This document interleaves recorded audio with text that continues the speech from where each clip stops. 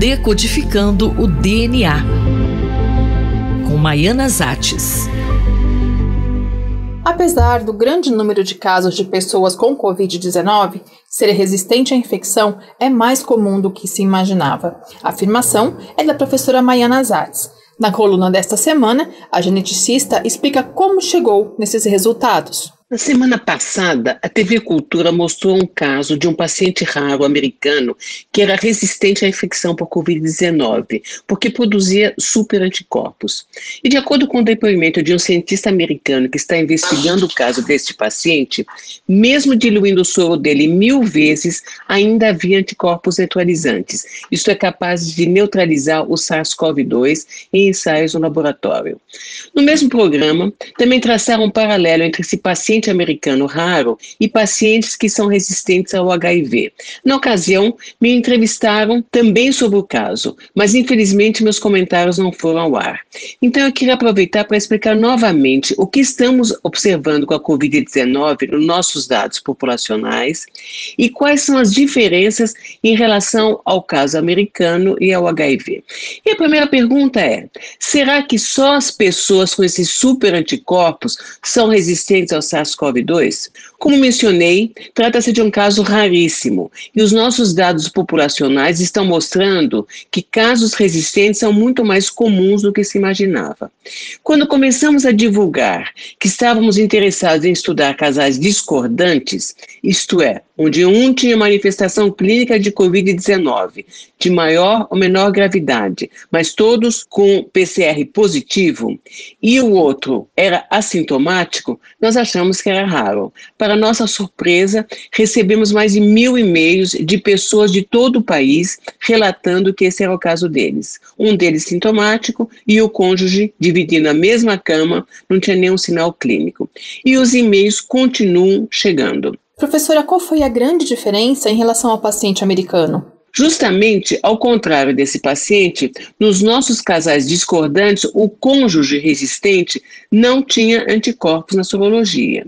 Em 100 casos onde nós repetimos a sorologia, somente 5% tinha anticorpos e não sabemos se eles foram produzidos no momento do contato com o cônjuge doente ou foram desenvolvidos depois. E no caso do HIV, o que produz essa resistência? Então, ao contrário dos resistentes ao SARS-CoV-2, os casos de resistência ao HIV são raros e o mecanismo de resistência é diferente.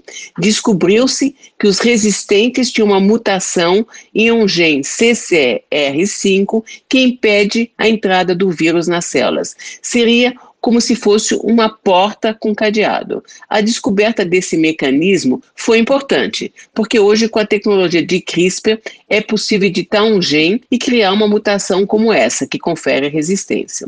Mas voltando ao caso das pessoas resistentes ao SARS-CoV-2, como está a nossa pesquisa?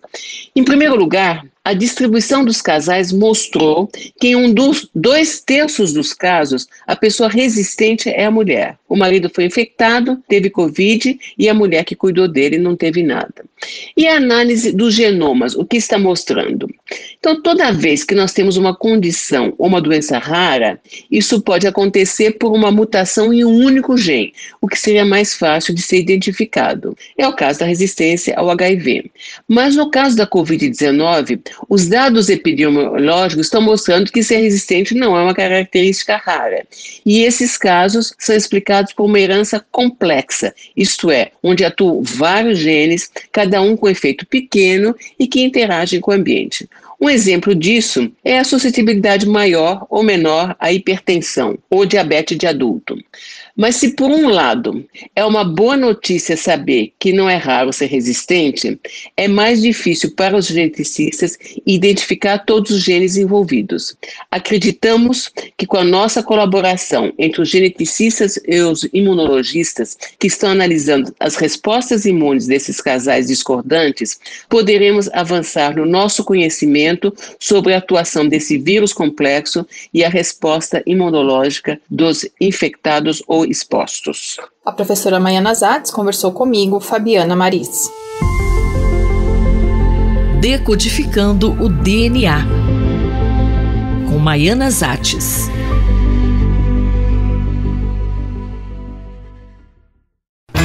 A qualidade da democracia, por José Álvaro Moisés.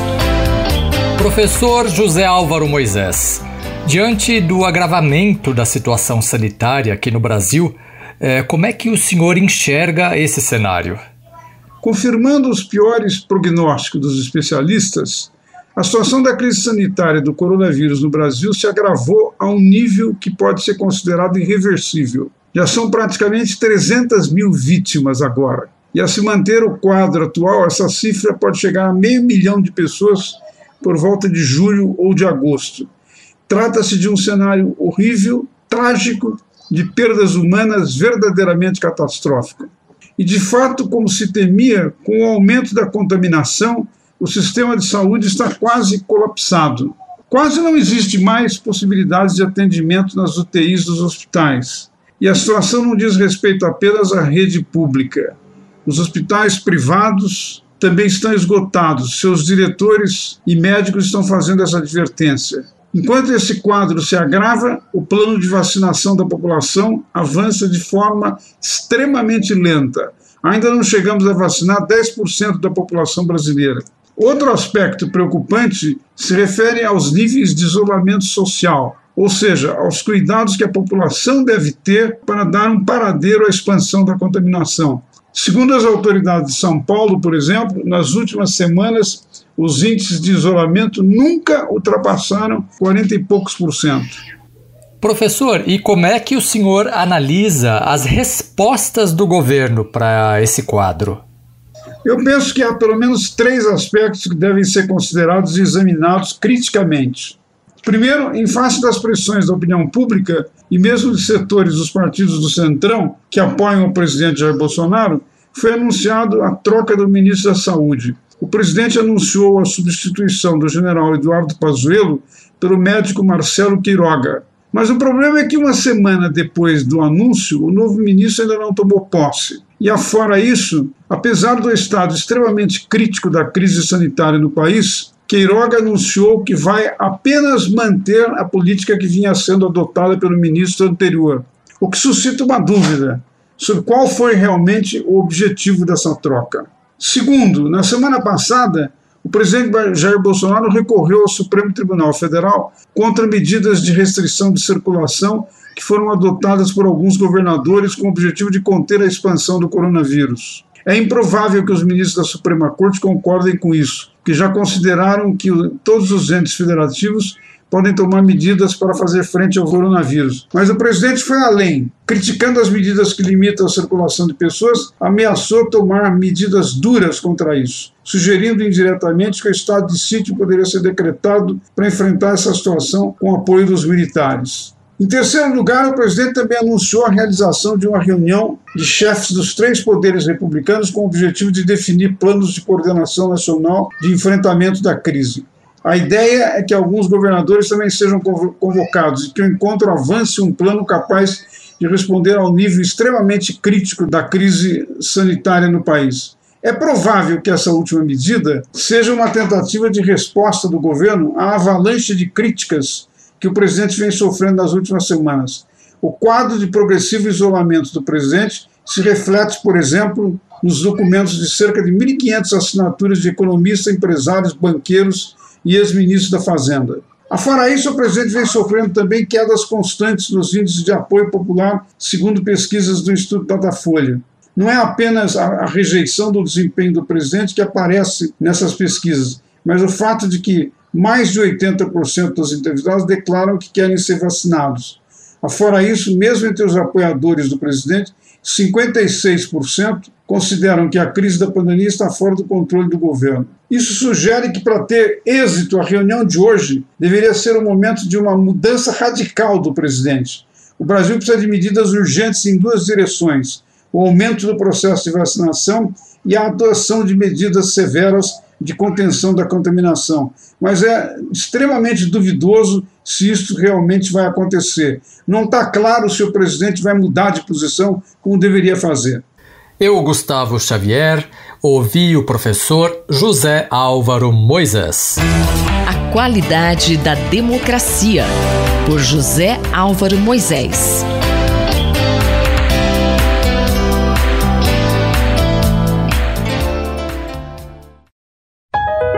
Observatório da Inovação, com Glauco Arbix. Bom dia, professor. O número de mortes está crescendo muito nesses últimos dias. A situação está fora de controle, professor. E o sistema de saúde não está suportando mais. Não há vagas. Bom dia, ouvintes da Rádio USP. Bom dia, Cinderela. O assunto hoje é difícil escapar, mas diz respeito à pandemia. Nós tivemos, agora em meados do mês de março, nós tivemos cerca de 2.800 mortes num único dia. É o maior número de vidas perdidas em 24 horas desde o início da pandemia. Há mais de um ano que a gente começou a trabalhar ativamente, os profissionais de saúde, pesquisadores, toda uma parte grande da população, exatamente para tentar enfrentar o coronavírus, né, para a gente não pegar o Covid-19.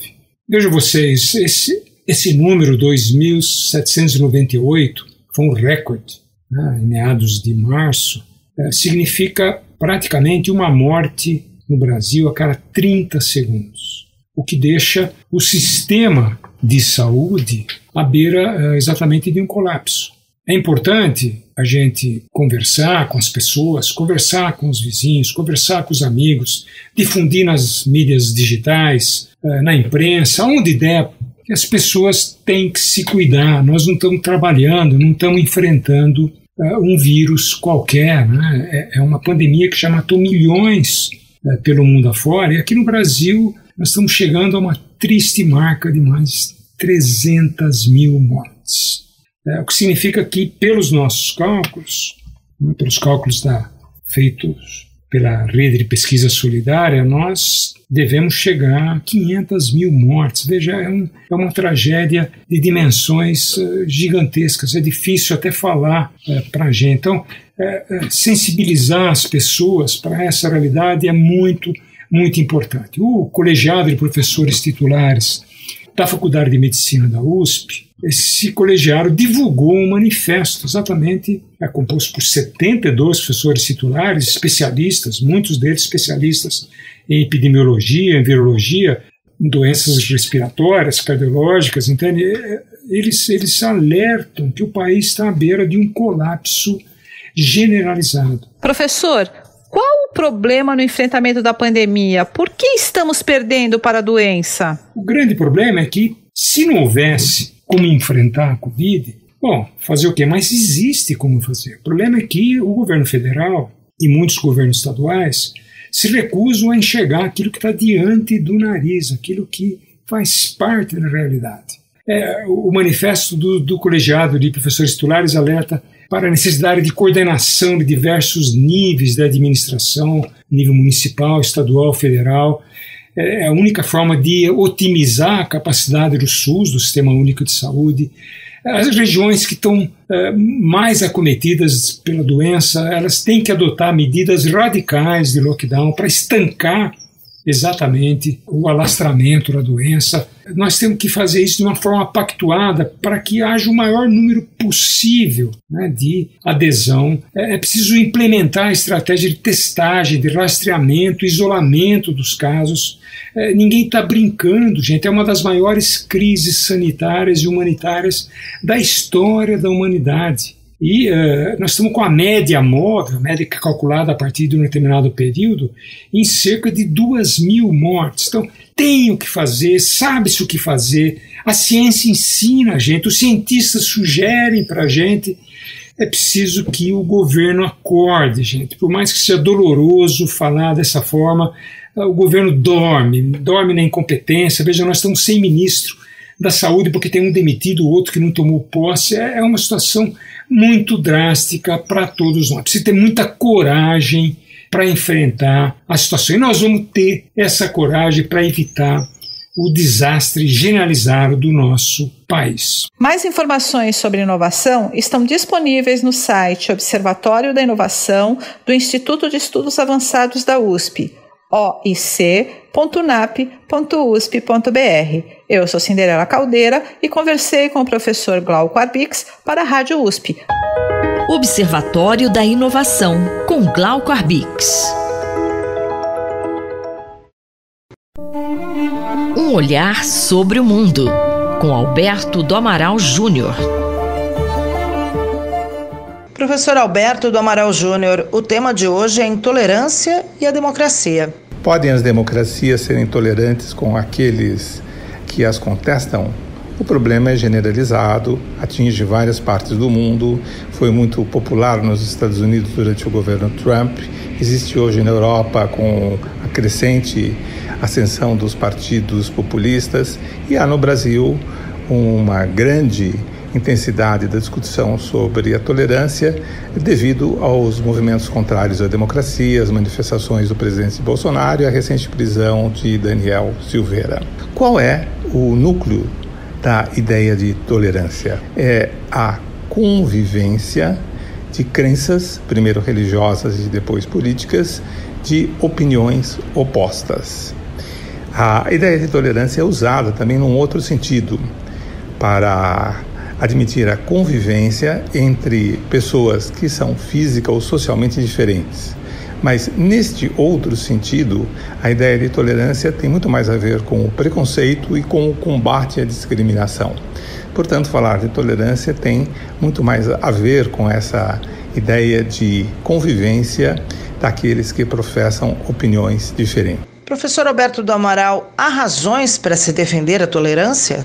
Há boas razões para nós defendermos a tolerância. A primeira é uma questão de prudência, de um mal menor. Há aqueles que defendem a ideia de tolerância nesse sentido, que é no sentido prático, consideram que o combate aos intolerantes, a perseguição aos intolerantes, causa um erro muito maior, causa uma mancha que pode provocar um dano muito maior do que a tolerância provocaria se não houvesse nenhum combate aos intolerantes. Portanto, a ideia da tolerância nesse sentido é que aquele que não é tolerante hoje pode sofrer as consequências da intolerância amanhã.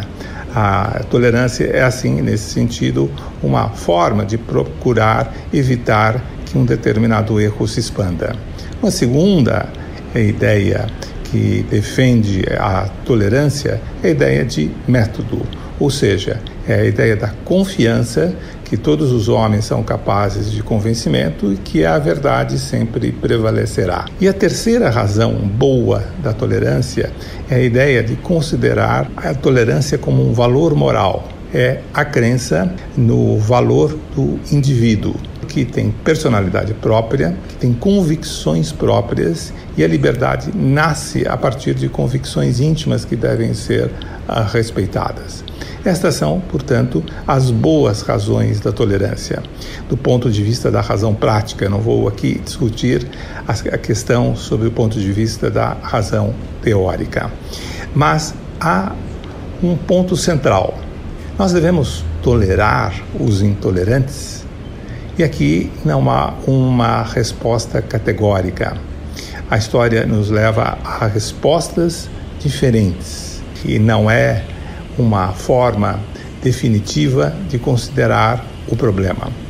Alguns pensam que nós não devemos tolerar as pessoas indefinidamente, que os intolerantes, ou seja, aqueles que não respeitam a democracia, aqueles que não respeitam o Estado de Direito, esses não devem ser tolerados. Há, sim, um limite para a tolerância. O limite para a tolerância seria o respeito à democracia, e no momento que não se respeitasse mais a democracia, não haveria mais possibilidade de tolerar aqueles que assim procedem. Uma outra posição é aqueles que defendem a ideia de uma liberdade sempre expansiva, ainda que em perigo. Esta liberdade sempre pode renovar-se. Se nós pensarmos, por exemplo, na ascensão do fascismo e do nazismo, nós veremos que aqueles que defendem a ideia de que não se deve tolerar aqueles que combatem a democracia e o Estado de Direito têm razão. Se nós pensarmos na redemocratização ou na democratização dos partidos comunistas na Europa, veremos que tem razão aqueles que consideram que a liberdade, ainda que em perigo, é sempre preferível. Mas é verdade também que Todos aqueles que forem perseguidos nunca se tornarão defensores da liberdade. Eu sou Sandra Capomatto, você ouviu o professor de Direito Internacional Alberto do Amaral Júnior, da Faculdade de Direito da Universidade de São Paulo. Um olhar sobre o mundo, com Alberto do Amaral Júnior. Doutor Bartô e os Doutores da Saúde, com João Paulo Lotufo. Doutor João Paulo Lotufo, fala um pouquinho para a gente da recente experiência que o senhor teve com o projeto Dr. Bartô lá no curso de pós-graduação. O projeto Dr. Bartô teve um trabalho extra nessa semana que passou. Participamos de um curso de pós-graduação da Faculdade Luterana de Teologia aqui do sul do país, através de uma live de 5 horas, onde conversamos muito sobre a prevenção de álcool, tabaco, maconha e drogas. Conversamos com pastores, com psicólogos e assistentes sociais inscritos nesse curso da Faculdade Luterana de Teologia. Foi bastante interessante e eu passei, depois de várias explicações, como lição de casa, 2 questões para esse grupo. Uma, formar o CODAD semelhante ao CODAD do HU. O que é o CODAD? Centro de Orientação e Dissuasão de Uso de Álcool e Drogas para orientação das famílias sobre o risco das drogas. Ensinar também os 12 passos para evitar que os filhos caminhem para as drogas. Foi bastante interessante e a receptividade disso no grupo foi muito boa. A outra coisa, sugerimos como lição de casa para que o grupo desse sugestões como diminuir o binge drink. Binge drink é beber em excesso em festas como, por exemplo, na Oktoberfest, que é muito comum no Sul. As sugestões foram bastante interessantes e eu posso dizer que muitas dessas sugestões já foram implantadas nas festas aqui da medicina ou as festas de recepção de calouro. Infelizmente, por falta de verba, abandonou-se essa estratégia preventiva nas festas sobre, então, o binge drink, que é beber em excesso. Nessa pandemia que estamos vivendo, a gente sabe sobre o aumento do uso de álcool, drogas e dificuldade para mudança de comportamentos. Vemos isso muito no grupo antitabágico aqui do Hospital Universitário. O importante é que muita gente está passando necessidade e um dos 12 passos para evitar que seu filho não entre nas drogas é a parte social, a parte ajudar o próximo. Nós temos que incutir isso nas nossas famílias, principalmente entre as crianças e os adolescentes. A vida não é só balada, nós temos muita coisa de útil para fazer. E qual a ideia que o senhor teve, Dr. Bartô? Conta pra gente. Nesse espírito, o projeto Dr. Bartô fez um contato com a Cooperapic. Cooperapic, desde 1991, juntou um grupo de entidades sociais que tinham perfis parecidos e objetivos comuns, como atender a criança e o adolescente, e a maioria delas, essas sociedades, estão localizadas na periferia de São Paulo. Distribuímos a eles todo o material do projeto Dr. Bartô, todos os livretos e livros de orientação para que fossem empregados nessas entidades sociais ligadas à Cooperapic. Recebemos também no meu consultório o Exército da Salvação, representados pelo Nelson e Ruth Vacai, e distribuímos a eles material suficiente para que trabalhassem a prevenção de drogas em todos os seus orfanatos e casas de apoio. Juntos com outras entidades sociais, ainda chegamos a participar de distribuição de 800 cestas básicas, e isso a gente tem que lembrar que o nosso povo está passando fome. Meu avô, que era pastor, já dizia: não dá para pregar para quem tem fome. Precisamos cuidar da alimentação e contribuir, porque se você está saindo da pandemia com a mesma quantidade de dinheiro que você entrou na pandemia, alguma coisa está errado com você. Nesta fase em que vivemos, ajude ao próximo e faça seus filhos participarem disso. Um grande abraço do Dr. Bartô. Eu sou Sandra Capomatto, você ouviu o Dr. João Paulo Lotufo, pediatra da Universidade de São Paulo, responsável pelo projeto Dr. Bartô. Dr. Bartô e os Doutores da Saúde, com João Paulo Lotufo.